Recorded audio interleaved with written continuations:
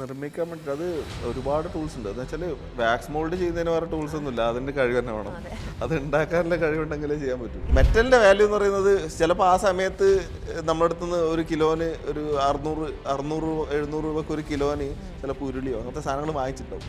ആ സാധനം അവരിപ്പോൾ കൊണ്ടുവന്ന് കഴിഞ്ഞാൽ അവർ മേടിച്ച പൈസ തന്നെ തിരിച്ചു കിട്ടും. അത് നമ്മൾ വിൽക്കുന്നതിന് നമ്മൾ ഒറിജിനൽ സാധനങ്ങൾ പിന്നെ റിട്ടേൺ ചെയ്യാന്ന് വെച്ചാൽ നമ്മളൊരു 100 വർഷം വരെ ഗ്യാരണ്ടി കൊടുക്കും. അല്ല, ഹാൻഡിക്രാഫ്റ്റ് ബിസിനസ്സിന് കൂടുതലും കേരള ഗവൺമെൻറ് ആയാലും പിന്നെ നമ്മളെ ഇന്ത്യ ഗവൺമെൻറ് ആയാലും ഒരുപാട് സപ്പോർട്ട് ചെയ്യുന്ന ഒരു ഫീൽഡാണ് ഈ ബിസിനസ്. അതായത് ഹാൻഡിക്രാഫ്റ്റ്സിനും കരകൗശല വസ്തുക്കളായാലും പിന്നെ അതായത് ഇന്ത്യയിൽ ഡെവലപ്പ് ചെയ്യാൻ പറ്റുന്ന ബിസിനസ്സിൽ വരുന്നൊരു ബിസിനസ്സാണിത്.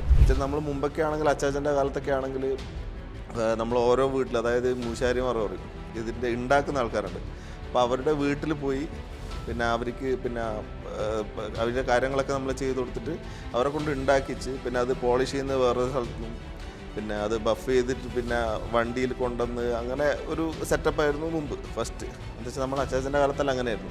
70 വർഷത്തെ പ്രവർത്തന പാരമ്പര്യം, ഒരു ഷോപ്പിൽ നിന്ന് ആരംഭിച്ച് ഇപ്പോൾ 5 ഔട്ട്ലെറ്റുകളും സ്വന്തമായ ഒരു ഫാക്ടറിയും. വർഷങ്ങളായി ലോകത്തെമ്പാടും ഹാൻഡ് മെയ്ഡ് ഹാൻഡിക്രാഫ്റ്റ് പ്രോഡക്റ്റ് അവർ കയറ്റുമതിയും ചെയ്യുന്നുണ്ട്. ഇന്ന് ഇന്റർവ്യൂവിൽ പറഞ്ഞു വരുന്നത് 70 വർഷമായി പ്രവൃത്തി പരിചയമുള്ള ഹാൻഡിക്രാഫ്റ്റ് മേഖലയിൽ വളരെ വിപുലമായി ബിസിനസ് ചെയ്തുകൊണ്ടിരിക്കുന്ന പൊതുവാൾ സൺസ് എന്ന ബിസിനസ് സ്ഥാപനത്തെ കുറിച്ചാണ്. പൊതുവാൾ സൺസ് എന്ന ബിസിനസ് ഇപ്പോൾ നോക്കി നടത്തുന്നത് വിനീത് പൊതുവാൾ ആൻഡ് വിവേക് പൊതുവാൾ. അവർ രണ്ടുപേരും ബ്രദേഴ്സ് ആണ്. ഇന്ന് നമുക്ക് ഇന്റർവ്യൂ ചെയ്യാൻ നമ്മളോടൊപ്പം എത്തിയിരിക്കുന്നത് വിനീത് പൊതുവാൾ ആണ്. Welcome sir. ഓക്കെ, അപ്പോൾ ഈ ഒരു മേഖല, അതായത് വളരെ വ്യത്യസ്തമായ ഒരു മേഖലയാണ് ഹാൻഡ് മെയ്ഡ് ഹാൻഡിക്രാഫ്റ്റ് ബിസിനസ് അല്ലേ? ഈ ഒരു ബിസിനസ് ചെയ്യാനുണ്ടായ ഒരു മോട്ടിവേഷൻ, ഇത് തുടങ്ങാനുള്ള ഒരു മോട്ടിവേഷൻ എന്തായിരുന്നു? മോട്ടിവേഷൻ എന്ന് പറയുന്നത് പിന്നെ ഗ്രാൻഡ് ഫാദറിനെയാണ്, അച്ചാച്ചനാണ് ഇതിൻ്റെ. എന്ന് വെച്ചാൽ അച്ചാച്ചനാണ് ഈ കട ആയിട്ട് ഇതിനെ മുമ്പൊക്കെ ഈ തലയിൽ കൊണ്ടു നടക്കുന്ന ബിസിനസ്സായിരുന്നു പിന്നെ ഈ ബിസിനസ്സിൻ്റെ മെയിനായിട്ടുള്ള സാധനം. പണ്ട് ആൾക്കാർ ഇങ്ങനെ തലയിൽ വീട്ടിലൊക്കെ കൊണ്ടുപോയിട്ട് അങ്ങനെയായിരുന്നു. പിന്നെ അത് കടയിലേക്ക് കൊണ്ടുവന്നത് അച്ചാച്ചനാണ്. പിന്നെ അതൊരു ഫാമിലി ബിസിനസ്സായിട്ട് അങ്ങനെ പോയി. പിന്നെ ഇത് 2017 ശേഷമാണ് പിന്നെ നമ്മൾ അതായത് കൊച്ചുമക്കളാണ് അച്ചാച്ചൻ്റെ പിന്നെ അതായത് മകളുടെ മക്കളാണ് നമ്മൾ. അപ്പോൾ അത് നമ്മൾ പൊതുവാൾ സൺസ് എന്നുള്ളൊരു കോൺസെപ്റ്റിലേക്ക് കൊണ്ടുവന്നതാണ്. അച്ചാച്ചൻ്റെ അതൊരു ഫാമിലി ബിസിനസ്സായിട്ട് അങ്ങനെ പോകും. അപ്പോൾ പൊതുവാൾ സൺസ് എന്നുള്ള കോൺസെപ്റ്റിൽ നമ്മുടെ മക്കൾ അങ്ങനെ വന്നതാണ് ഈ ബിസിനസ്സിലേക്ക്. വിവിധ തരത്തിലുള്ള പ്രോഡക്ട്സ് ഉൽപ്പാദിപ്പിക്കുന്നുണ്ട്. നിലവിളക്കായാലും പല പല ഹാൻഡ് മെയ്ഡ് പ്രോഡക്ട്സ് ഉൽപ്പാദിപ്പിക്കുന്നുണ്ട്. ഏറ്റവും ജനപ്രിയമായി ഈ ശേഖരങ്ങളിൽ ഏറ്റവും ജനപ്രിയമായ ഒരു പ്രോഡക്റ്റ് ഏതാണ്? അല്ല, ജനപ്രിയമായിട്ടില്ല, നമ്മളെന്താ വെച്ചാൽ ഇത്രയും വർഷത്തെ ഒരു എക്സ്പീരിയൻസ് ഉള്ളതുകൊണ്ട് കസ്റ്റമേഴ്സിന് എന്തൊക്കെയാണ് വേണ്ടതെന്നുള്ളത് നമുക്ക് കറക്റ്റായിട്ട് അറിയാം.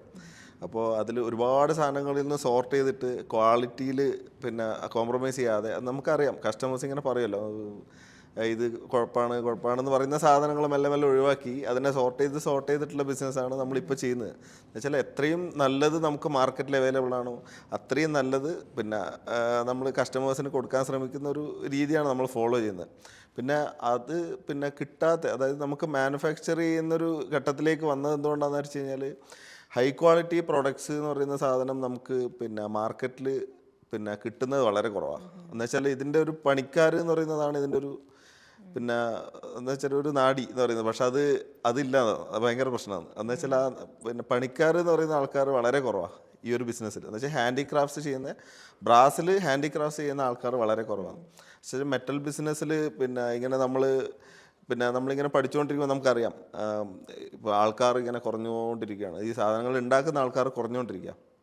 അപ്പോൾ അതിനെ ഒന്ന് ഓവർകം ചെയ്യണം എന്നുള്ള രീതിയിലാണ് നമ്മൾ ആ ഫാക്ടറി എന്നുള്ള രീതിയിൽ ചിന്തിച്ചത്. എന്നുവെച്ചാൽ നമ്മൾ മുമ്പൊക്കെ ആണെങ്കിൽ അച്ചാച്ചൻ്റെ കാലത്തൊക്കെ ആണെങ്കിൽ നമ്മൾ ഓരോ വീട്ടിൽ, അതായത് മൂശാരിമാർ പറയും, ഇതിൻ്റെ ഉണ്ടാക്കുന്ന ആൾക്കാരുണ്ട്. അപ്പോൾ അവരുടെ വീട്ടിൽ പോയി പിന്നെ അവർക്ക് പിന്നെ അവരുടെ കാര്യങ്ങളൊക്കെ നമ്മൾ ചെയ്ത് കൊടുത്തിട്ട് അവരെ കൊണ്ട് ഉണ്ടാക്കിച്ച് പിന്നെ അത് പോളിഷ് ചെയ്യുന്ന വേറൊരു സ്ഥലത്തു നിന്നും പിന്നെ അത് ബഫ് ചെയ്തിട്ട് പിന്നെ വണ്ടിയിൽ കൊണ്ടുവന്ന് അങ്ങനെ ഒരു സെറ്റപ്പായിരുന്നു മുമ്പ് ഫസ്റ്റ്. എന്താ വെച്ചാൽ നമ്മുടെ അച്ചാച്ചൻ്റെ കാലത്തെല്ലാം അങ്ങനെയായിരുന്നു. പിന്നെ എന്താ വെച്ചാൽ ഇത് ഒരുപാട് ടൈം എടുക്കുന്ന പ്രോസസ്സ് ആയതുകൊണ്ടാണ് നമ്മൾ ഈ ഒരു ഫാക്ടറി എന്നുള്ളൊരു കോൺസെപ്റ്റിലേക്ക് വന്നത്. എന്തുകൊണ്ടാണെന്ന് വെച്ച് കഴിഞ്ഞാൽ അവിടെ ആണെങ്കിൽ ഇതിൻ്റെ ഉണ്ടാക്കുന്നത് പിന്നെ അതിൻ്റെ ബഫിങ് പിന്നെ ഗ്രൈൻഡിങ് വെൽഡിങ് എല്ലാം നമുക്ക് ആ ഫാക്ടറിൻ്റെ ഉള്ളിൽ തന്നെ ചെയ്യാൻ പറ്റുന്നുണ്ട്. ഇപ്പോൾ എന്ന് വെച്ചാൽ നമുക്ക് എന്താണോ കസ്റ്റമേഴ്സിന് വേണ്ടതെന്ന് വെച്ച് കഴിഞ്ഞാൽ കസ്റ്റമേഴ്സ് നമ്മളോട് പറയുന്ന സമയത്ത് തന്നെ നമുക്കറിയാം. അപ്പോൾ കസ്റ്റമേഴ്സിന് എന്താണ് വേണ്ടതെന്ന് മനസ്സിലാക്കിയിട്ട് അത് കസ്റ്റമേഴ്സിൻ്റെ മുമ്പ് തന്നെ നമുക്ക് ചെയ്ത് കൊടുക്കാനുള്ള വകുപ്പ് ഇപ്പോഴുണ്ട്. അവർക്ക് എങ്ങനെയാണോ വേണ്ടതെന്ന് വെച്ച് കഴിഞ്ഞാൽ അത് നമ്മൾ ചിലപ്പോൾ സമയം എടുക്കുന്ന പ്രോസസ്സാണ്. പക്ഷേ കസ്റ്റമേഴ്സ് വന്നു കഴിഞ്ഞാൽ നമ്മൾ ഓരോ സ്റ്റെപ്പ് ബൈ സ്റ്റെപ്പ് കസ്റ്റമേഴ്സിന് ഞാൻ ഫോട്ടോ അയച്ചു കൊടുക്കും. കസ്റ്റമൈസ്ഡ് ഐറ്റംസ് ആണെങ്കിൽ കുറച്ച് കോസ്റ്റ്ലിയാണ്. പക്ഷേ യുണീക്കായിട്ടുള്ള സാധനങ്ങൾ വേണ്ട ഒരുപാട് ആൾക്കാരുണ്ട് മാർക്കറ്റ്. പക്ഷേ അത് ഉണ്ടാക്കാനുള്ള ആൾക്കാർ വളരെ കുറവാണ്. അപ്പോൾ അങ്ങനെ വരുന്ന സമയത്ത് നമ്മൾ എന്ത് ചെയ്യുന്നത് വെച്ച് കഴിഞ്ഞാൽ ഒരുപാട് സമയം എടുത്തു കഴിഞ്ഞാലും കസ്റ്റമേഴ്സിന് എങ്ങനെയാണോ സാറ്റിസ്ഫൈ ചെയ്യാൻ പറ്റുക അത്രയും പെർഫെക്റ്റായിട്ട് ചെയ്യാനാണ് നമ്മൾ നോക്കുക. നമ്മൾ ഓരോ പ്രോഡക്റ്റ്സ് കണ്ടു കഴിഞ്ഞാൽ നമുക്ക് മനസ്സിലാവും. ബാക്കിയുള്ള ഷോപ്പുകളിൽ അങ്ങനെ മോശമായിട്ട് ചിത്രീകരിക്കുന്നില്ല. പക്ഷേ ബാക്കിയുള്ള ഷോപ്പുകളിൽ നിന്ന് നമ്മളെ ഷോപ്പിലേക്ക് വന്നിട്ടൊരു കമ്പാരിസൺ ഒരു കസ്റ്റമേഴ്സ് നടത്തുകയാണെങ്കിൽ നമുക്ക് കറക്റ്റായിട്ട് മനസ്സിലാവും ഇങ്ങനൊരു ഇങ്ങനൊരു സ്ഥാപനം ഉണ്ട് എന്നുള്ളത് ആൾക്കാർ അറിഞ്ഞു കഴിഞ്ഞാൽ അവർക്ക് മനസ്സിലാവും ഇങ്ങനൊരു ഡിഫറൻറ്റ് സാധനത്തിൽ പോലും ഇത്രയും ഡിഫറൻസ് ഉണ്ട് എന്നുള്ളത് കസ്റ്റമേഴ്സിന് മനസ്സിലാവും. ഇത് തലമുറകളായി കൈമാറി വരുന്ന ഒരു വിശ്വാസമാണ്. അതായത് നിങ്ങളുടെ മുതിർന്ന തലമുറകൾ അപ്പാപ്പന്മാർ മുതൽ തുടങ്ങിയ ഒരു ബിസിനസ്സാണ്. അപ്പോൾ നിങ്ങൾ ഈ ഒരു ബിസിനസ് ആരംഭിച്ചിട്ട് എത്ര വർഷമായി? ഇല്ല, നമ്മൾ അച്ചാച്ചൻ്റെ കാലം മുതൽ നമ്മൾ ഈ സ്കൂളിൽ പോകുന്ന സമയം മുതൽ അച്ചാച്ചൻ്റെ ഷോപ്പ് നമ്മൾ ഈ വെക്കേഷനുള്ള സമയത്ത് അച്ചാച്ചൻ്റെ കടയിൽ പോയി നിൽക്കും. എന്ന് വെച്ചാൽ സീസൺ ടൈമൊക്കെ ഉണ്ട് ഇതിന്. എന്ന് വെച്ചാൽ ഇതൊരു സീസണൽ ബിസിനസ്സാണ്. ഒരു ജനറലി എല്ലാ സമയത്തും ഒരുപോലെ സെയിൽ നടക്കുന്ന ഒരു ബിസിനസ് അല്ല ഇത്. അപ്പോൾ സീസണൽ ബിസിനസ്. അപ്പോൾ ഈ വിഷുവിൻ്റെ സമയത്ത് ശരിക്കും നമുക്ക് വെക്കേഷനുള്ള സമയത്താണ് സീസൺ. അപ്പോൾ നമ്മൾ എന്ത് ചെയ്യുന്നത് വെച്ച് കഴിഞ്ഞാൽ വെക്കേഷനുള്ള സമയത്ത് അച്ചാച്ചൻ്റെ കൂടെ കടയിൽ പോകും. ഈ സാധനങ്ങൾ പാർസൽ വന്നു കഴിഞ്ഞാൽ അത് അത് പൊളിക്കാനും അത് ക്ലീൻ ചെയ്യാനും എല്ലാത്തിനും നമ്മൾ ഹെൽപ്പ് ചെയ്യും. ആ സമയം മുതലേ അതായത് ജനിച്ച സമയം മുതൽ കണ്ടുവരുന്നതാണ്. ഇതിൽ തന്നെയായിരുന്നു എല്ലാ ദിവസവും നമ്മൾ പുറത്ത് ഇറങ്ങുന്ന സമയത്ത് പാർസൽ വരുന്നത്, പൊളിക്കുന്നു, നമ്മൾ ക്ലീൻ ചെയ്യുന്നു, അങ്ങനെ ഒരു ലൈഫിൽ വന്നതാണ്. പക്ഷേ അതിന് ശേഷം കോളേജൊക്കെ കഴിഞ്ഞതിന് ശേഷം നമ്മൾ വേറെ ജോലിക്ക് പോയി. ഞാനും അനിയനും വേറെ ജോലിക്ക് പോയി. ജോലിക്ക് പോയതിന് ശേഷം ഞാൻ ഒരു IT ഫീൽഡിലുണ്ടായിരുന്നു. ഒരു ബിൽഡിംഗ് മെറ്റീരിയലിൻ്റെ വേറൊരു കോഴിക്കോട് ബേസ്ഡ് ആയിട്ടുള്ളൊരു കമ്പനിയിൽ വർക്ക് ചെയ്തിട്ടുണ്ടായിരുന്നു. അങ്ങനെ തുടങ്ങി. ആ സമയത്തെല്ലാം നമ്മൾ ഇതിൻ്റെ ഒരു പ്ലാനിലുണ്ട്. എന്നുവെച്ചാൽ ഫാമിലിയിൽ നിന്ന് തന്നെ ഇങ്ങനെ ചെയ്യണം എന്നുള്ളൊരു പ്ലാനിലുണ്ട്. അപ്പം ആ സമയത്ത് നമ്മുടെ ഫാമിലിയിൽ ഒരുപാട് ആൾക്കാരുണ്ടായിരുന്നു. പക്ഷെ അവരെല്ലാം ഓരോ സൈഡിലേക്ക് പോയി അവസാനം ഞാനും അനിയനും മാത്രമായ സമയത്ത് കുറേ നമുക്ക് എന്താ വെച്ചാൽ നമുക്ക് അതിൽ നിന്ന് ഓരോരാളോട് പൈസ വാങ്ങിച്ചിട്ട് ചെയ്യാൻ പറ്റാത്തൊരവസ്ഥ. എന്ന് വെച്ചാൽ കടം മേടിച്ചിട്ട് ചെയ്യണ്ട അതിലൊരു ഇത് മനസ്സിലുണ്ടായിരുന്നു. അല്ലെങ്കിൽ അച്ചാച്ചനോട് ചോദിച്ചിട്ട് അതിൽ നിന്ന് എടുത്തിട്ട് ചെയ്യണമെന്ന് അങ്ങനെ ചെയ്തിട്ടില്ല. അതുകൊണ്ട് നമ്മളെന്താണെന്ന് വെച്ച് കഴിഞ്ഞാൽ നമ്മൾ വർക്ക് ചെയ്ത എമൗണ്ട് സ്വരൂപിച്ച് വെച്ചിട്ട് അതിൽ നിന്നാണ് നമ്മൾ ഫസ്റ്റ് ഇൻവെസ്റ്റ്മെൻറ്റ് ചെയ്യുന്നത്. അങ്ങനെയാണ് നമ്മൾ ഫസ്റ്റ് ബിസിനസ്സിലേക്ക് വരുന്നത്. അത് ഒറ്റയ്ക്ക് വരുന്നത്. ഞാനും പറഞ്ഞു ഇങ്ങനെ ഫസ്റ്റ് ഇൻവെസ്റ്റ്. ഇപ്പോൾ നിങ്ങളുടെ കയ്യിലുള്ള കാശ് എടുത്താൽ ബിസിനസ് ചെയ്യുന്നത്. ഒരു പക്ഷേ ചിലർക്ക് ബിസിനസ് ചെയ്യണമെന്നുള്ള ആഗ്രഹം ഉണ്ടാവും, പക്ഷേ സ്വന്തമായി കാശ് എടുക്കാനുള്ള ആ ഒരു സെറ്റപ്പ് ഉണ്ടാവില്ല. അപ്പോൾ ഇതിന് റിലേറ്റഡ് നമുക്ക് ലോൺ എടുക്കാൻ പറ്റുമോ? അല്ലെങ്കിൽ ഇങ്ങനെ നമ്മളുടെ കയ്യിൽ കാശില്ലാതെ ബിസിനസ് ചെയ്യുന്നതിനെ കുറിച്ച് ഇങ്ങനെ ചെയ്യാൻ ആഗ്രഹിക്കുന്നവർക്ക് എന്താണ് ഒരു പറഞ്ഞു കൊടുക്കാൻ? അല്ല, ഹാൻഡിക്രാഫ്റ്റ് ബിസിനസ്സിന് കൂടുതലും കേരള ഗവൺമെൻറ് ആയാലും നമ്മളെ ഇന്ത്യ ഗവൺമെൻറ് ആയാലും ഒരുപാട് സപ്പോർട്ട് ചെയ്യുന്ന ഒരു ഫീൽഡാണ് ഈ ബിസിനസ്. അതായത് ഹാൻഡിക്രാഫ്റ്റ്സിനും കരകൗശല വസ്തുക്കളായാലും അതായത് ഇന്ത്യയിൽ ഡെവലപ്പ് ചെയ്യാൻ പറ്റുന്ന ബിസിനസ്സിൽ വരുന്നൊരു ബിസിനസ്സാണിത്. അപ്പോൾ ഒരുപാട് ഹെൽപ്പ് ചെയ്യുന്നുണ്ട് അവർ. ഗവൺമെൻറ്റിൻ്റെ സപ്പോർട്ട് ഒരുപാടുണ്ട്. അവർക്ക് ലോൺ കിട്ടാൻ സാധ്യതകളും ഒരുപാടുണ്ട്. അപ്പം PMEGP അങ്ങനെ വ്യവസായ ലോൺ എന്നൊക്കെ പറഞ്ഞിട്ട് കേരളത്തിൻ്റെതായാലും ഇന്ത്യ ഗവൺമെൻറ്റിൻ്റെ ആയാലും ഒരു ടൈപ്പിലൊക്കെ ഒരുപാട് ലോൺസ് അവൈലബിൾ ആണ് ഈ ഹാൻഡിക്രാഫ്റ്റ്സിൻ്റെ ബിസിനസ്. നമ്മുടെ ഈ ബിസിനസ് മാത്രമല്ല, ഹാൻഡിക്രാഫ്റ്റ്സിൻ്റെ ആയാലും നമുക്ക് സ്വന്തമായിട്ടൊരു ബിസിനസ് ചെയ്യണമെങ്കിലെല്ലാം അങ്ങനെ ഒരു സാഹചര്യം ഉണ്ട് ഇപ്പോൾ നിലവിൽ. ഈ ഒരു ചോദ്യം ഞാൻ ചോദിക്കാൻ കാരണം 70 വർഷമായി ഈ ഒരു ബിസിനസ് ചെയ്യുന്നുണ്ട്. അപ്പോൾ ഈ ഒരു കാലഘട്ടത്തിൽ ഈ ബിസിനസ്സിനുണ്ടായ മാറ്റങ്ങൾ എന്തൊക്കെയാണ്? ഇല്ല, സാധാരണ ശരിക്കും ഈ ബിസിനസ്സിൽ മാറ്റങ്ങൾ കുറവാണ്. എന്ന് വെച്ചാൽ ട്രഡീഷണൽ ആയിട്ടുള്ള, അതായത് ഒരു ഇന്ത്യയിലത്തെ ഒരു ട്രഡീഷൻ, അതായത് ഇന്ത്യക്കൊരു ട്രഡീഷൻ ഉണ്ട്. അപ്പോൾ ആ ട്രഡീഷനിലുള്ള സാധനങ്ങൾ തന്നെയാണ് ഇപ്പോഴും മാർക്കറ്റിൽ ഉള്ളത്. അപ്പോൾ അതിൽ നിന്ന് വലിയ മാറ്റങ്ങളൊന്നും മാർക്കറ്റിലില്ല. പക്ഷേ ബിസിനസ്സിൻ്റെ സ്ട്രാറ്റജിയിൽ ഒരുപാട് മാറ്റങ്ങളുണ്ട്. കസ്റ്റമേഴ്സിലേക്ക് നമ്മൾ ഈ സാധനങ്ങൾ എത്തിക്കുന്നതും അതെങ്ങനെയാണ് കസ്റ്റമേഴ്സ് അറിയേണ്ട കാര്യങ്ങൾ എന്തൊക്കെയാണ്, ആ കാര്യങ്ങളൊക്കെ കസ്റ്റമേഴ്സിനെ അറിയിക്കുന്നത്. ഇതിലൊരുപാട് കോംപ്ലിക്കേഷൻസ് ഉണ്ട് കസ്റ്റമേഴ്സിന് മനസ്സിലാക്കുക. എന്ന് വെച്ചാൽ നമ്മൾ സാധാരണ ഫോട്ടോസ്റ്റാറ്റ് എടുക്കുന്ന പോലെയുള്ള ഒരു പരിപാടി ഇതിലുണ്ട്. എന്ന് വെച്ചാൽ നമ്മൾ ഒറിജിനലായിട്ട് ഒരു പ്രോഡക്റ്റ് നിർമ്മിച്ചു കഴിഞ്ഞാൽ നമ്മൾ വാക്സിലാണ് ചെയ്യുക. ഒരു ഹാൻഡിക്രാഫ്റ്റ് ഒരു സാധനം നമ്മൾ നിർമ്മിച്ചു കഴിഞ്ഞാൽ അത് പിന്നെ കൊണ്ടുപോയി കഴിഞ്ഞാൽ അതിൽ നിന്നും പിന്നെയും ഫോട്ടോസ്റ്റാറ്റ് പോലെ ഒരുപാട് സാധനങ്ങൾ അതിൻ്റെ കോപ്പി പോലെ എടുത്തിട്ട് വരാൻ പറ്റും. ഓക്കെ. അതിനുള്ള സിസ്റ്റം ഉണ്ട് ശരിക്ക്. പിന്നെ മുൻപ് അതില്ലായിരുന്നു അല്ലേ? അല്ല, മുമ്പ് ഇത്ര വൈഡായിട്ടുണ്ടായിരുന്നില്ല. അങ്ങനെ ഒരു സംഭവം ഉണ്ട്. പക്ഷെ എന്നാലും ഇതാണ് അതിൻ്റെ ഒരു പ്രോബ്ലം എന്ന് വെച്ചാൽ ഒറിജിനലും ഡ്യൂപ്ലിക്കേറ്റും കസ്റ്റമേഴ്സിന് മനസ്സിലാക്കാനുള്ള ബുദ്ധിമുട്ട് വളരെ കൂടുതലാണ് ഇതിൽ. ഓക്കെ. ഒരേപോലെ തന്നെ കാണാൻ ഒരുപോലെ ഉണ്ടാവും എന്ന് വെച്ചാൽ ഇതിൽ നിന്ന് ഫോട്ടോസ്റ്റാറ്റ് എടുക്കുന്നില്ലേ. നമ്മൾ നല്ല മെറ്റീരിയൽസ് ഉപയോഗിച്ച് ഉണ്ടാക്കുന്നതിന്റെ ഡമ്മി സാധനം വേറെ അത് ചെറിയ ചീപ്പായിട്ട് കൊടുക്കും. അപ്പോൾ ചില കസ്റ്റമേഴ്സ്, പിന്നെ എല്ലാവരും അല്ല, പക്ഷെ കുറേ ആൾക്കാർക്കൊക്കെ അത് കണ്ടു കഴിഞ്ഞാൽ മനസ്സിലാവും. പക്ഷെ കുറേ കസ്റ്റമേഴ്സ് നമ്മളോട് പറയും, പക്ഷെ അവിടെ ഇത്ര റേറ്റ് കുറവാണല്ലോ, നിങ്ങളുടെ അടുത്ത് ഇത്ര റേറ്റ് എന്ന് ചോദിച്ചു കഴിഞ്ഞാൽ അപ്പോൾ നമുക്ക് പ്രശ്നം. അയ്യോ, നമ്മൾ ഇത്രയും എഫേർട്ട് ഇട്ടിട്ട് ചെയ്യുന്ന കാര്യം അത് ശരിക്കും ഫോട്ടോസ്റ്റാറ്റ് എടുക്കുന്ന പോലെ. നമ്മൾ ചിലപ്പോൾ ഒരു മാസം പിന്നെ 30 ദിവസം കൊണ്ട് ഒരു വിളക്കോ കാര്യങ്ങളോ ഉണ്ടാക്കുന്നതായിരിക്കും. അതേ സാധനം പിന്നെ ഈ ഫോട്ടോസ്റ്റാറ്റ് പോലെ ചെയ്യുന്ന ഈ UP-യിലൊക്കെയാണ് ചെയ്യുന്നത് കൂടുതലും. അപ്പോൾ UP-യിലൊക്കെ ചെയ്യുന്ന സാധനം ഇതിൻ്റെ തന്നെ ഫോട്ടോസ്റ്റാറ്റ് പറയും. നമ്മൾ 30 ദിവസം കൊണ്ട് ഒരെണ്ണം ഉണ്ടാക്കുമ്പോൾ അവിടെ ഒരു ദിവസം കൊണ്ട് 30 ഉണ്ടാക്കാൻ പറ്റും. അതാണ് അതിൻ്റെ ഡിഫറൻസ്. അപ്പോൾ എന്ന് വെച്ചാൽ അതിൽ ചീപ്പായിട്ട് കൊടുക്കാൻ പറ്റും. പക്ഷേ അതിലെന്ന് വെച്ചാൽ ക്വാളിറ്റീൻ്റെ പ്രശ്നങ്ങളുണ്ടാവും. പക്ഷെ അത് നമ്മൾ ബഫ് ചെയ്ത് പോളിഷ് ചെയ്ത് കഴിഞ്ഞാൽ നമുക്കിതൊന്നും മനസ്സിലാക്കാൻ പറ്റില്ല. എല്ലാം കണ്ട ഒരുപോലെ ഉണ്ടാവും. അതാണ് ഇതിൻ്റെ ക്വാളിറ്റിയിൽ നല്ല വ്യത്യാസം ഉണ്ടാവും. ക്വാളിറ്റിയിൽ റേറ്റിൽ ഡിഫറൻസ് വരുന്നുണ്ടെങ്കിൽ ക്വാളിറ്റിയിൽ ഡിഫറൻസ് ഉണ്ടാവും. മെറ്റലിൽ അങ്ങനത്തെ ഒരു പ്രശ്നമുണ്ട്. നമ്മൾ ഈ ഗോൾഡിന് പറയുന്ന പോലെ തന്നെ 22 ക്യാരറ്റും 24 ക്യാരറ്റും എന്ന് പറയുന്ന പോലെ ഇതിലും ക്വാളിറ്റി ഉണ്ട്. അതിനിപ്പോൾ നമ്മൾ ഈ കോപ്പറും ഇപ്പോൾ സിങ്കും വെച്ചിട്ടാണ് മെറ്റൽ ഉണ്ടാക്കുക. ആ മെറ്റലിൻ്റെ പ്രപ്പോർഷനിൽ പോലും നമുക്ക് ഡിഫറൻസ് വരുത്തി കഴിഞ്ഞാൽ ഒരുപാട് റേറ്റ് കുറക്കാൻ പറ്റും. അതിന് ക്വാളിറ്റീനെ ബാധിക്കും. അതിപ്പോൾ 90 നമ്മളൊരു സിങ്ക് പറഞ്ഞാൽ എന്താ പറയുക, നാഗം എന്ന് പറയും മലയാളത്തിൽ. സിങ്കിൻ്റെ ഒരു നോട്ടുണ്ട്, കട്ട. അപ്പോൾ അതിന് ഒരുപാട് ക്വാളിറ്റി ഉണ്ട്. അതിപ്പോൾ 70% സിങ്കും 30% അലുമിനിയം വരുന്ന ഒരു സിങ്ക് ഉണ്ട്. അപ്പോൾ അലുമിനിയം 30% ആകുമ്പോൾ എന്ന് വെച്ചാൽ വളരെ കുറയും. അപ്പോൾ നമ്മൾ യൂസ് ചെയ്യുമ്പോൾ 99.99% സിങ്ക് ആയിരിക്കും അതിൻ്റെ ക്വാളിറ്റി മെയിൻറ്റെയിൻ ചെയ്യാൻ പറ്റും. അതേ സാധനം ശരിക്ക് ഒരു 1000 വർഷം കഴിഞ്ഞാലും ആ സാധനത്തിന് ഒരു ആൻറ്റീക്ക് വാല്യൂ എന്നുള്ളൊരു സാധനം എപ്പോഴും ഉണ്ടാവും. ആൻറ്റീക്സ് പറയുന്നില്ലേ, വലിയ ലക്ഷങ്ങളും കോടികളും മേടിക്കുന്ന സാധനങ്ങൾ. ആ സാധനം ശരിക്കും ഹാൻഡിക്രാഫ്റ്റ്സ് ആണ്, ഒറിജിനൽ ഹാൻഡിക്രാഫ്റ്റ്സ് ആണ്. അത് ഇപ്പം നിലവിൽ കിട്ടാനില്ല. അത് പക്ഷെ ആൾക്കാർ വിചാരിക്കുന്ന വെച്ചാൽ ഈ സാധനം അതാണെന്നാണ്. എന്നുവെച്ചാൽ ഇത് മെറ്റലിൻ്റെ സാധനമായതുകൊണ്ട് ഇത് നശിച്ചു പോകില്ല. ഓടാന്നോ വേറെ എന്തെങ്കിലും സാധനമാണെന്ന് ആൾക്കാർ അറിയുന്നില്ല.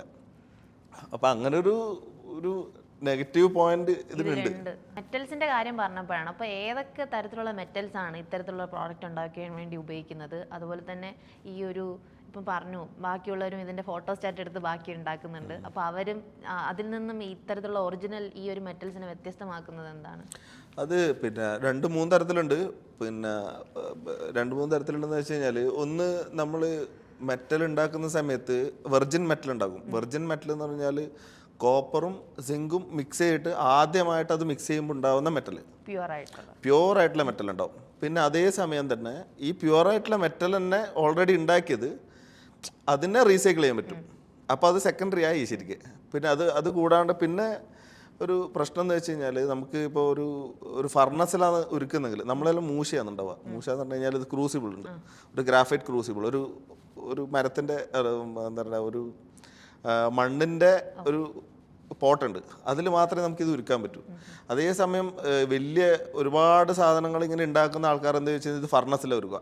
ഈ ഫർണസിൽ ഉരുക്കുന്ന സമയത്ത് എന്താ പ്രശ്നം എന്ന് വെച്ച് കഴിഞ്ഞാൽ, അവർക്ക് എന്തൊക്കെ മെറ്റലാണോ കയ്യിൽ കിട്ടുന്നത്, ഇപ്പോൾ അതിൽ അലുമിനിയം ഉണ്ടാവും, അയേൺ ഉണ്ടാവും, പിന്നെ സ്റ്റീൽ, എവറിത്തിങ് എന്തൊക്കെയാണ് നമുക്ക് കയ്യിൽ കിട്ടുന്നത് വെച്ചാൽ അത് മെൽട്ടാവും.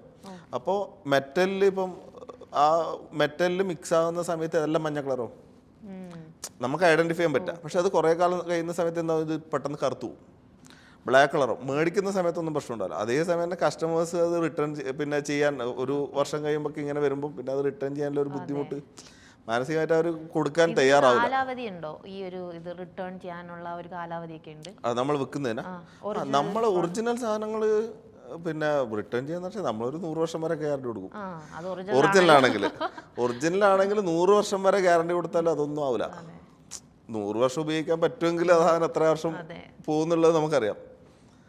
അത് നമ്മളിപ്പോൾ നിലവിളക്ക്, പിന്നെ ഉരുളി, ഇങ്ങനത്തെ സാധനങ്ങളൊക്കെ ഉണ്ടാക്കുന്ന സമയത്ത് തന്നെ നമ്മൾ കസ്റ്റമേഴ്സിനോട് പറയും, അതിന് നിങ്ങൾക്ക് ഇനി എക്സ്ചേഞ്ച് ചെയ്യേണ്ട ആവശ്യമില്ല. എന്തെങ്കിലും ലീക്കേജോ ഇനി പിന്നെ വേറെ എന്തെങ്കിലും പ്രശ്നം ഉണ്ടെങ്കിൽ അത് ഫ്രീ മെയിൻ്റനൻസാണ് ലൈഫ് ടൈം.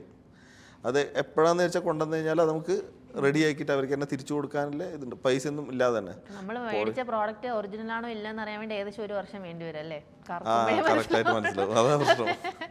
ഈ ഒരു മെറ്റലിനെ ഇത്തരത്തിലൊരു പ്രോഡക്റ്റ് ആക്കി മാറ്റാനുള്ള ആ ഒരു പ്രോസസ്സ് എങ്ങനെയാണ്? അത് എത്ര സമയം എടുക്കും? അതുപോലെ തന്നെ എന്തൊക്കെ പ്രോസസ്സിലൂടെയാണ് ഇത്തരത്തിലൊരു പ്രോഡക്റ്റ് ആക്കി നമുക്ക് മാറ്റാൻ സാധിക്കുന്നത്? നമ്മൾ ശരിക്കും പുതുവാൾസൺസിൻ്റെ ഫാക്ടറിയിൽ ഉണ്ടാക്കുന്ന 2 രീതിയുണ്ട്. 2 രീതി എന്ന് വെച്ചാൽ ഒന്ന് ഡൈകാസ്റ്റിംഗ് പറയും. ഡൈകാസ്റ്റിംഗ് പറഞ്ഞാൽ നമ്മൾ പിന്നെ മണ്ണിൽ പണ്ടൊക്കെ നമ്മൾ ഈ ചിരട്ടപ്പുട്ടുണ്ടാകൂലേ, അതുപോലെ തന്നെ അതേ മണ്ണപ്പുണ്ടാകും, അതേ പ്രോസസ്സ്. അതായത് ഒരു സാധനം നമ്മളെടുത്തുണ്ടെങ്കിൽ അതിലിങ്ങനെ മണ്ണിൽ അമർത്തി കഴിഞ്ഞാൽ അതിൻ്റെ അടയാളം അവിടെ വരും. ആ അടയാളത്തിലേക്ക് ഓടുരുക്കി വെച്ച് കഴിഞ്ഞാൽ നമുക്ക് ആ സാധനം പൊട്ടിച്ചെടുത്ത് കഴിഞ്ഞാൽ പ്രോഡക്റ്റ് കിട്ടി. ഇത്ര ഈസി ആയിട്ട് ചെയ്യാം. അതേസമയം വാക്സ് മോൾഡിങ് എന്ന് പറഞ്ഞൊരു പ്രോസസ്സ് ഉണ്ട്. അത് എന്ന് പറഞ്ഞു കഴിഞ്ഞാൽ പിന്നെ ഭയങ്കര ലോങ് പ്രോസസ്സാണ്. ഒരു നമുക്കൊരു സ്റ്റാച്ചു ഉണ്ടാക്കണമെങ്കിൽ, ഒരു വിഗ്രഹം ഉണ്ടാക്കണമെങ്കിൽ മിനിമം ഒരു 10-15 ദിവസം എടുക്കും ഒരു വിഗ്രഹം ഉണ്ടാക്കാൻ വേണ്ടി. അതിൻ്റേതായ കോസ്റ്റ് തന്നെ ഉണ്ടാവും, പക്ഷെ അതിൻ്റേതായ ക്വാളിറ്റി ഉണ്ടാവും. ഇതിൽ ടെക്നിക്കലി കുറേ കാര്യങ്ങളുണ്ട്. പിന്നെ ഞാൻ പറഞ്ഞ പിന്നെ മണ്ണിൽ അമർത്തി ഉണ്ടാക്കുന്ന സാധനം നമുക്ക് ഈ ഏറ്റവും പ്യുവർ മെറ്റലിൽ ഉണ്ടാക്കാൻ പറ്റില്ല. എന്താണെന്ന് വെച്ചാൽ മണ്ണിനൊരു വെള്ളത്തിൻ്റെ ഒരു അംശം ഉണ്ടാവും. അന്നേരം എന്താണെന്ന് വെച്ചാൽ വെള്ളത്തിലെ അംശത്തിലേക്ക് മെറ്റൽ വയ്ക്കുന്ന സമയത്ത് മെറ്റൽ എല്ലായിടത്തേക്കും എത്തൂല, പെട്ടെന്ന് അവിടെ കട്ട പിടിക്കും. അതുകൊണ്ടെന്ന് വെച്ചാൽ അത് കുറച്ചും കൂടെ ക്വാളിറ്റി കുറഞ്ഞ മെറ്റലാണ് ഉണ്ടാവുക. പ്രസ് എന്ന് പറയുന്നത് ഡൈകാസ്റ്റിങ്ങിൽ ചെയ്യുന്ന സാധനങ്ങൾ. അതേസമയം വാക്സ് മോൾഡിങ്ങിൽ ചെയ്യുന്ന സമയത്ത് പിന്നെ വാക്സ് മോൾഡിങ് എന്നെല്ലാം പറഞ്ഞു കഴിഞ്ഞാൽ ശരിക്കും യൂട്യൂബിലൊക്കെ നോക്കിയാൽ കാണാം, അത് വലിയ പ്രോസസ്സാണ്. വാക്സ് മോൾഡിങ്ങിൽ എന്താണെന്ന് വെച്ച് കഴിഞ്ഞാൽ ഒരു പ്രോഡക്റ്റ് ഉണ്ടാക്കുന്ന സമയത്ത് അത് യുണീക്ക് ആയിരിക്കും. യുണീക്ക് എന്ന് വെച്ചാൽ അതേപോലെ ഒരു പ്രോഡക്റ്റ് എനിക്ക് വേണമെന്ന് പറഞ്ഞു കഴിഞ്ഞാൽ അത് കിട്ടൂല. ഓരോന്നും സെപ്പറേറ്റ് ഉണ്ടാക്കും, പറ്റില്ല. ആ ടെക്നിക്ക് നമുക്ക് യൂസ് ചെയ്യാൻ പറ്റില്ല. അത് കസ്റ്റമേഴ്സ് പറഞ്ഞാൽ പോലും നമ്മൾ പറ്റില്ല എന്ന് പറയാം. എന്ന് വെച്ചാൽ നമ്മൾ ആ ക്വാളിറ്റി മെയിൻറ്റെയിൻ ചെയ്യുന്നുണ്ട്. അതിൻ്റെ പ്രോസസ്സ് തന്നെ ശരിക്കും മെഴുകുണ്ട്. ശരിക്കും നമ്മളെ തേനീച്ചേൻ്റെ മെഴുകുണ്ട്. ആ മെഴുക് പിന്നെ ഉരുക്കിയെടുത്തിട്ട് ആ സാധനത്തെ എൻഗ്രേവ് ചെയ്തിട്ട് നമുക്ക് വേണ്ട ഷേപ്പിലേക്കാക്കും. ഒരു വിഗ്രഹം എന്താണോ വേണ്ടത്, ഇപ്പോൾ ഒരു ശിവൻ്റെ വിഗ്രഹമാണോ അല്ലെങ്കിൽ ഗണപതിൻ്റെ വിഗ്രഹമാണെന്ന് വെച്ചാൽ ആ ഗണപതിനെ മെഴുകിലാന്ന് ചെയ്യാം. ആ മെഴുകിൽ ചെയ്തിട്ട് അതിനെ മണ്ണ് പൊതിയും, ചളി. അത് കുറേ 2-3 കോട്ടിങ് ഉണ്ട്. അപ്പോൾ ആദ്യം നൈസായിട്ടുള്ള മണ്ണുണ്ട്, അത് പൊതിഞ്ഞെടുത്തിട്ട് പൊതിഞ്ഞിട്ട് പിന്നെ അതിങ്ങനെ 2-3 കോട്ട് ചെയ്യും. ആ കോട്ട് ചെയ്യുന്ന സമയത്ത് ശരിക്കൊന്ന് ഇങ്ങനെ ചിന്തിച്ചാൽ മനസ്സിലാവും. എന്ന് വെച്ചാൽ നമ്മൾ കോട്ട് ചെയ്യുന്ന സമയത്ത് ഓട്ടോമാറ്റിക്കലി എന്താണെന്ന് വെച്ച് കഴിഞ്ഞാൽ ഈ മെഴുകിൻ്റെ ഫീമെയിൽ പോർഷനായിട്ട് ഈ മണ്ണ് മാറും. മെഴുകുള്ളിലുണ്ട്, അതിൻ്റെ ഫീമെയിൽ പോർഷനായിട്ട് മണ്ണ് മാറും. എന്നിട്ട് എന്തെന്ന് വെച്ച് കഴിഞ്ഞാൽ ഇതെല്ലാം വെയിലത്ത് വെച്ച് ഉണക്കും. നമുക്ക് ചൂടാക്കിയിട്ടൊന്നും ഉണക്കാൻ പറ്റില്ല, വേറെ ഒരു വഴിയില്ല. എന്ന് വെച്ചാൽ വെയിലുണ്ടെങ്കിലേ ഉണങ്ങും, അല്ലെങ്കിൽ അത്രയും സമയം അനുഭവം. എന്ന് വെച്ചാൽ മഴക്കാലത്ത് നമ്മൾ ഇത് ഉണ്ടാക്കുന്ന സമയത്ത് ഇല്ല മഴക്കാലത്ത് ഉണ്ടാക്കുന്ന സമയത്ത് ഇത് സമയമെടുക്കും, ഒരുപാട് ഉണങ്ങാൻ വേണ്ടി ഒരുപാട് സമയമെടുക്കും. പെട്ടെന്ന് വെയിലുണ്ടെങ്കിൽ മെല്ലെ എന്തായാലും 3-4 ദിവസം കൊണ്ടല്ലോ ഉണങ്ങിക്കഴിഞ്ഞാൽ അത് മോൾഡ് റെഡി. അപ്പോൾ നമ്മൾ എന്ത് ചെയ്യുന്നത് വെച്ച് കഴിഞ്ഞാൽ ഈ ഉള്ളിലുള്ള മെഴുക് വാക്സ് അത് ഭയങ്കര ഹീറ്റാക്കിയിട്ട് മെഴുകുരുക്കി കളയും. ഇല്ല അത് വെച്ചാൽ പുറത്ത് മണ്ണുണ്ടല്ലോ, പെട്ടെന്ന് മെൽട്ടായി പോലെ. എന്ന് വെച്ചാൽ നമ്മൾ ആ രീതിക്കാണ് മെഴുകിനെ കട്ടിയാക്കും, അങ്ങനെ പെട്ടെന്ന് മെൽട്ടാവാത്ത രീതിയിൽ. അപ്പോൾ ആ മണ്ണിന്റെ മോൾഡാവും. എന്ന് വെച്ചാൽ അതിൻ്റെ ഉള്ളിൽ നിന്ന് ഉരുക്കി കളഞ്ഞു കഴിഞ്ഞാൽ ആ മനസ്സിലാവില്ലേ, അതായത് ആ ഷേപ്പ് അതിൻ്റെ ഉള്ളിലുണ്ടാവും ഹോളോ ആയിട്ട്. അപ്പോൾ എന്ത് ചെയ്യുന്ന വെച്ചാൽ അതിനെ ഹീറ്റ് ചെയ്ത് കഴിഞ്ഞിട്ട്, അതായത് ഈ ഹോളോ പാർട്ടിനെ ഭയങ്കരമായിട്ട് ഹീറ്റ് ചെയ്യും, ഓട് എല്ലായിടത്തും ചെല്ലാൻ വേണ്ടിയിട്ട്. നല്ല ഹീറ്റ് ചെയ്ത് കഴിഞ്ഞാൽ എന്നിട്ട് അത് മണ്ണിൽ കുഴിച്ചിട്ടിട്ടാണ് നമ്മൾ ഈ മൂശയിൽ ഓടുരുക്കും. ഓടുണ്ടാക്കിയിട്ട് അതിന് ഉരുക്കും. അത് ഉരുക്കിയിട്ട് ഇതിലേക്ക് ഒഴിക്കും. കറക്റ്റ് ആ മെഴുക് എങ്ങനെയാണോ ഉണ്ടായത് അതേ ഷേപ്പിലേക്ക് ഈ ഓട് പോയി ചെല്ലും. ഒഴിക്കുന്ന മെറ്റൽ ഏതാന്ന് വെച്ചാൽ അത് അവിടെ ആ സ്പേസിൽ പോയി നിൽക്കും. എന്നിട്ട് നമ്മൾ പൊട്ടിച്ച് കഴിഞ്ഞാൽ ആ ഉള്ളിൽ നിന്ന് അത് കിട്ടും. അത് ആ മോൾഡ് പിന്നെ ഉപയോഗിക്കാൻ പറ്റില്ല, അത് പൊട്ടി വേറെ ഉണ്ടാകും. അതിനാണ് സമയം എടുക്കുന്നതും കോസ്റ്റ് ഉണ്ടാവും. പക്ഷെ ആ സാധനം യുണീക്ക് ആയിരിക്കും. പക്ഷെ എത്ര കാലം വേണമെങ്കിലും നമുക്കത് യൂസ് ചെയ്യാം. പിന്നെ അതിന് എത്ര കാലം ഉപയോഗിച്ചിട്ട് തന്നെ അത് വിൽക്കുമ്പോൾ പോലും അതിന് ചിലപ്പോൾ നമ്മൾ മേടിച്ച വില ആയിരിക്കില്ല. ഒരു 100 വർഷം കഴിഞ്ഞിട്ട് കൊടുക്കുന്ന 100 വർഷം വാല്യൂ ഉള്ള ഒരു ആന്റിക് പ്രോഡക്റ്റ് എന്ന് പറഞ്ഞാൽ ചിലപ്പോൾ ലക്ഷങ്ങളും. ആ സമയത്ത് എന്താണോ മാർക്കറ്റ് എന്ന് വെച്ചാൽ അതാണ് വില ശരിക്ക്. പിന്നെ ഔട്ട്സൈഡേഴ്സൊക്കെ ഭയങ്കര ക്രേസാണ് ഇതിൽ. ഈ ആന്റിക്സ് ഒരുപാട് അവര് അത് ഇഷ്ടപ്പെട്ട് കഴിഞ്ഞാൽ അതിന്റെ വില എന്താന്നുള്ളത് നമുക്ക് പ്രെഡിക്റ്റ് ചെയ്യാൻ പറ്റില്ല. ഇത് ഇത്ര പൈസ തന്നാലേ ഞാൻ തരൂ എന്ന് പറഞ്ഞാൽ അതന്നെയാണ് അതിന്റെ പൈസ. ആന്റിക് ആയി കഴിഞ്ഞാൽ എന്ന് വെച്ചാൽ അതുപോലത്തെ ഒരു ഒരെണ്ണം വേറെ കിട്ടൂല. ഈ ഓരോ വസ്തുവിന്റെയും പ്രൈസ് എങ്ങനെയാണ് നിങ്ങൾ ഡിറ്റർമിൻ ചെയ്യുന്നത്? അല്ല, നമുക്ക് അതിന് ഓരോ അളവ് കാര്യങ്ങളുണ്ട്. വെയിറ്റിനായിരിക്കില്ല വിഗ്രഹങ്ങൾക്ക്. ഗവൺമെന്റിൽ നിന്ന് എന്തെങ്കിലും പ്രൊവൈഡ് ചെയ്യുന്നുണ്ടോ അതോ നിങ്ങൾ തന്നെയാണോ ഇതിന്റെ പ്രൈസ് ഒക്കെ നിശ്ചയിക്കുന്നത്? അല്ല, അത് മെറ്റലിന്റെ റേറ്റ് സാധാരണ സ്വർണ്ണവും വെള്ളിയും പോലെ തന്നെ ഡെയിലി മാറുന്ന മെറ്റൽ റേറ്റ് ആണ്. പിന്നെ അതിന്റെ പണിക്കൂലി എന്ന് പറയുന്ന ഒരു സ്റ്റാൻഡേർഡ് ആയിട്ട് നമുക്കൊരു റേറ്റ് ഉണ്ട്. സാധാരണ മൂശാരിമാർക്ക് പിന്നെ ഒരു റേറ്റ് ഉണ്ട്. ആ റേറ്റിലാണ് പിന്നെ നമ്മൾ ചെയ്ത് മേടിക്കുക. അവർക്ക് നമ്മൾ അതിന് പേയ്മെൻറ്റ് കൊടുക്കും. നമ്മളെ സ്ഥലത്ത് പണിയെടുക്കുന്നവരാണെങ്കിൽ അതിൻ്റെ പേയ്മെൻറ്റ് കൊടുക്കും. പിന്നെ എന്നിട്ട് അത് നമ്മൾ മേടിച്ച് കഴിഞ്ഞിട്ട് അത് കസ്റ്റമേഴ്സിന് കൊടുക്കുക ചെയ്യുക.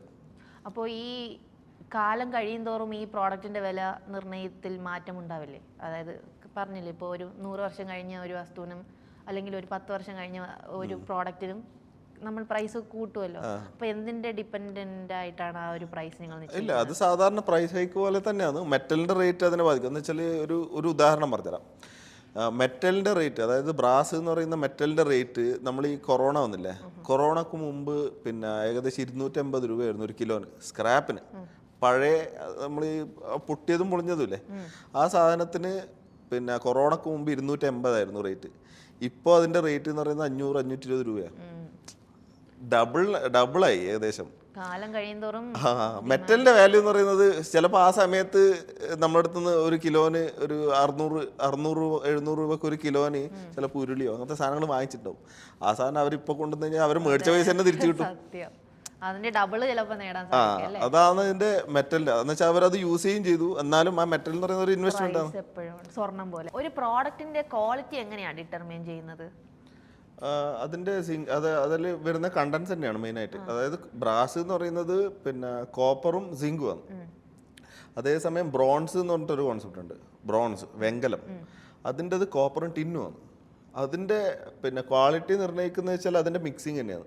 അത് നമുക്കൊരു പ്രപ്പോർഷൻ ഉണ്ട്. അത് ശരിക്കും സീക്രട്ട് ആയിട്ടുള്ള കുറേ പ്രപ്പോർഷൻസ് ഉണ്ട്. അതായത് മെറ്റൽ സിങ്കിൻ്റെ ഇത്ര സിങ്ക് ആണെങ്കിൽ ഇത്ര പിന്നെ കോപ്പർ വേണം, അല്ലെങ്കിൽ ഇത്ര ടിന്നാണെങ്കിൽ ഇത്ര, അങ്ങനെ കുറേ പ്രപ്പോർഷൻസ് ഉണ്ട്. അത് ഓരോ സ്ഥലത്തും വ്യത്യാസമുണ്ട്. എന്ന് വെച്ചാൽ നമ്മൾ ഉണ്ടാക്കുന്ന രീതി ആയിരിക്കില്ല ചിലപ്പോൾ പിന്നെ നോർത്ത് ഇന്ത്യയിലും മറ്റും ഉണ്ടാക്കുന്നത്. ചിലപ്പോൾ ഈ ഖാൻസ എന്ന് പറഞ്ഞ മെറ്റീരിയൽ ഉണ്ട് ഗുജറാത്തിൽ നിന്നും അങ്ങനെയൊക്കെ വരുന്നത്. നമ്മൾ ഭക്ഷണം കഴിക്കുന്നത് താലി മീൽസ് കഴിക്കുന്ന ഒരു മെറ്റൽ ഉണ്ട്. പിന്നെ അതും ബ്രാസ് തന്നെയാണ്. പിന്നെ അത് എന്ന് വെച്ചാൽ കോപ്പർ ആൻഡ് ടിന്ന് കോൺസെപ്റ്റ്. അതായത് ബ്രാസിൻ്റെ ഹൈ ക്വാളിറ്റി ആയിരുന്നു ബ്രോൺസാണ്. അതിൽ നമുക്ക് കുക്ക് ചെയ്യാൻ പറ്റും. ബ്രോൺസിൽ നമുക്ക് എപ്പോഴും കുക്ക് ചെയ്യുന്നതിന് പ്രശ്നമില്ല. കുക്ക് ചെയ്യുന്നതിന് വേണ്ടിയിട്ടുണ്ടാകുന്നതാണ് ബ്രോൺസ്. പക്ഷേ അത് വെങ്കലം എന്ന് പറയും. അതിൻ്റെ കളർ എന്ന് പറയുന്നതും യെല്ലോ കളർ ആയിരിക്കും, ഒരു ആഷ് കളർ ആയിരിക്കും. എപ്പോഴും യെല്ലോ കളർ ഉണ്ടാവില്ല വെങ്കലത്തിന്. ഓരോ മെറ്റലിനെ ആശ്രയിച്ചാണല്ലേ ആ ഒരു ക്വാളിറ്റി. അതെ, അതിന്റെ മിക്സിംഗ് തന്നെയാണ് മെയിൻ ആയിട്ടുള്ള കാര്യം. ഇത്തരത്തിലുള്ള പ്രോഡക്ട്സ് ഒക്കെ നിർമ്മിക്കാൻ വേണ്ടി പ്രത്യേക തരത്തിലുള്ള ടിപ്സോ അല്ലെങ്കിൽ എന്തെങ്കിലും ടൂൾസ് ഒക്കെ യൂസ് ചെയ്യാറുണ്ടോ? നിർമ്മിക്കാൻ വേണ്ടിയിട്ട് അത് ഒരുപാട് ടൂൾസ് ഉണ്ട്. എന്ന് വെച്ചാൽ വാക്സ് മോൾഡ് ചെയ്യുന്നതിന് വേറെ ടൂൾസ് ഒന്നുമില്ല. അതിന്റെ കഴിവ് തന്നെ വേണം. അത് ഉണ്ടാക്കാനുള്ള കഴിവുണ്ടെങ്കിലേ ചെയ്യാൻ പറ്റൂ. ഇത്തരത്തിൽ ഈ കഴിവുള്ള ആൾക്കാർ എങ്ങനെയാ കണ്ടെത്തുന്നത്? ഇല്ല, അതെന്ന് വെച്ചാൽ അതാണ് എക്സ്പീരിയൻസ്. അതാണ് ഏറ്റവും, അതാ ഈ ഒരു ബിസിനസ്സിലുള്ള ഏറ്റവും വലിയ പ്രശ്നം എന്ന് വെച്ച് കഴിഞ്ഞാൽ ഇത് തന്നെയാണ്. ആളെ കിട്ടാനില്ല എന്ന് മാത്രമല്ല, നമുക്ക് ഞാൻ പറഞ്ഞില്ലേ, ഈ ഒരു പ്രോഡക്റ്റ് ഉണ്ടാക്കണമെങ്കിൽ ചിലപ്പം 10-15 ദിവസം എടുക്കും. അത് ചിലപ്പോൾ കസ്റ്റമേഴ്സ്, നമ്മളിപ്പോൾ ഒരു എന്തെങ്കിലും ഒരു സാധനം കസ്റ്റമേഴ്സിന് ഇഷ്ടപ്പെടും. ചിലപ്പോൾ നമ്മൾ ഈ സോഷ്യൽ മീഡിയയിലേക്കൂടെല്ലാം പിന്നെ എന്തെങ്കിലും ഒരു പോസ്റ്റ് ചെയ്ത് കഴിഞ്ഞാൽ ആ ഒരു ഒറ്റ പ്രോഡക്റ്റിന് വേണ്ടി ചിലപ്പോൾ ഒരുപാട് കസ്റ്റമേഴ്സ് വിളിക്കും. പക്ഷെ അവർക്ക് ചിലപ്പോൾ എന്താ പറയുക, എനിക്ക് നാളെ വേണം അല്ലെങ്കിൽ അടുത്ത ആഴ്ച വേണം, ഇതിൻ്റെ പ്രശ്നം ഉണ്ടാവും. അപ്പോൾ അത് നമുക്ക് ചെയ്യാൻ പറ്റില്ല. അതാണ് ഇതിൻ്റെ മെയിൻ പ്രശ്നം. സമയം ഇപ്പം ഒരു 5 കസ്റ്റമർ നമുക്ക് ഓർഡർ ചെയ്ത് കഴിഞ്ഞാൽ 50 ദിവസം പോയി. 6ാമത്തെ കസ്റ്റമർ നമുക്ക് ഓർഡർ ചെയ്യുമ്പോൾ 60 ദിവസം കഴിഞ്ഞാലേ ആവുള്ളൂ എന്ന് പറയണം. ആൾക്കാരുടെ അപ്പോൾ ഈ ഒരു സ്റ്റാഫ്സിന്റെ എണ്ണം കൂട്ടിയാൽ നമുക്ക് കൂടുതൽ പ്രൊഡക്ഷൻ നടത്താം. സ്റ്റാഫിന്റെ എണ്ണം കൂട്ടിയിട്ട് കാര്യമില്ലല്ലോ, ഇത് ഉണ്ടാക്കാൻ ആളില്ല. കഴിവുള്ള ആൾക്കാരാണ്. സ്റ്റാഫിന്റെ എണ്ണം കൂട്ടുന്നത് ഡൈ കാസ്റ്റിംഗിൽ നടക്കും. ഞാൻ ആദ്യം പറഞ്ഞ പ്രോസസ്സിൽ, ഈ മണ്ണിൽ അമർത്തി ഉണ്ടാക്കുന്ന പ്രോസസ്സിൽ നമുക്ക് എത്ര വേണമെങ്കിൽ ഉണ്ടാക്കാം. അത് നമ്മൾ ഉണ്ടാക്കുന്നുണ്ട്. പക്ഷേ ഒറിജിനൽ പ്രോഡക്റ്റ് ഉണ്ടാക്കണമെങ്കിൽ ഇതുപോലെ സമയം എടുക്കും. അങ്ങനെയല്ല, ഞാൻ ഒരാൾ എന്നല്ല പറയുന്നത്. നമുക്ക് 5-6 ആൾക്കാരുണ്ട് ഇങ്ങനെ ഉണ്ടാക്കുന്നത്, മെഴുകിൽ ചെയ്യുന്നത്. പക്ഷെ അവർക്കെല്ലാം പിന്നെ ഇത്രയും ജോലികളുണ്ടാവും. എങ്ങനെയാണ് ഹാൻഡിക്രാഫ്റ്റ് ബിസിനസ് മേഖലയിൽ എങ്ങനെ ആരംഭിക്കാം, അതിന് ഇൻവെസ്റ്റ്മെന്റ് എങ്ങനെയാണെന്നൊക്കെയാണ് സംസാരിച്ചത്. ഇനിയും ഈ ഒരു ബിസിനസിനെ കുറിച്ച് ഒരുപാട് കാര്യങ്ങൾ അറിയേണ്ടതുണ്ട്. നമുക്ക് ഈ ഇന്റർവ്യൂവിന്റെ അടുത്ത ഭാഗത്തിൽ ബാക്കി കാണാം. ബോസ് വാല, ബി ദ ബോസ്.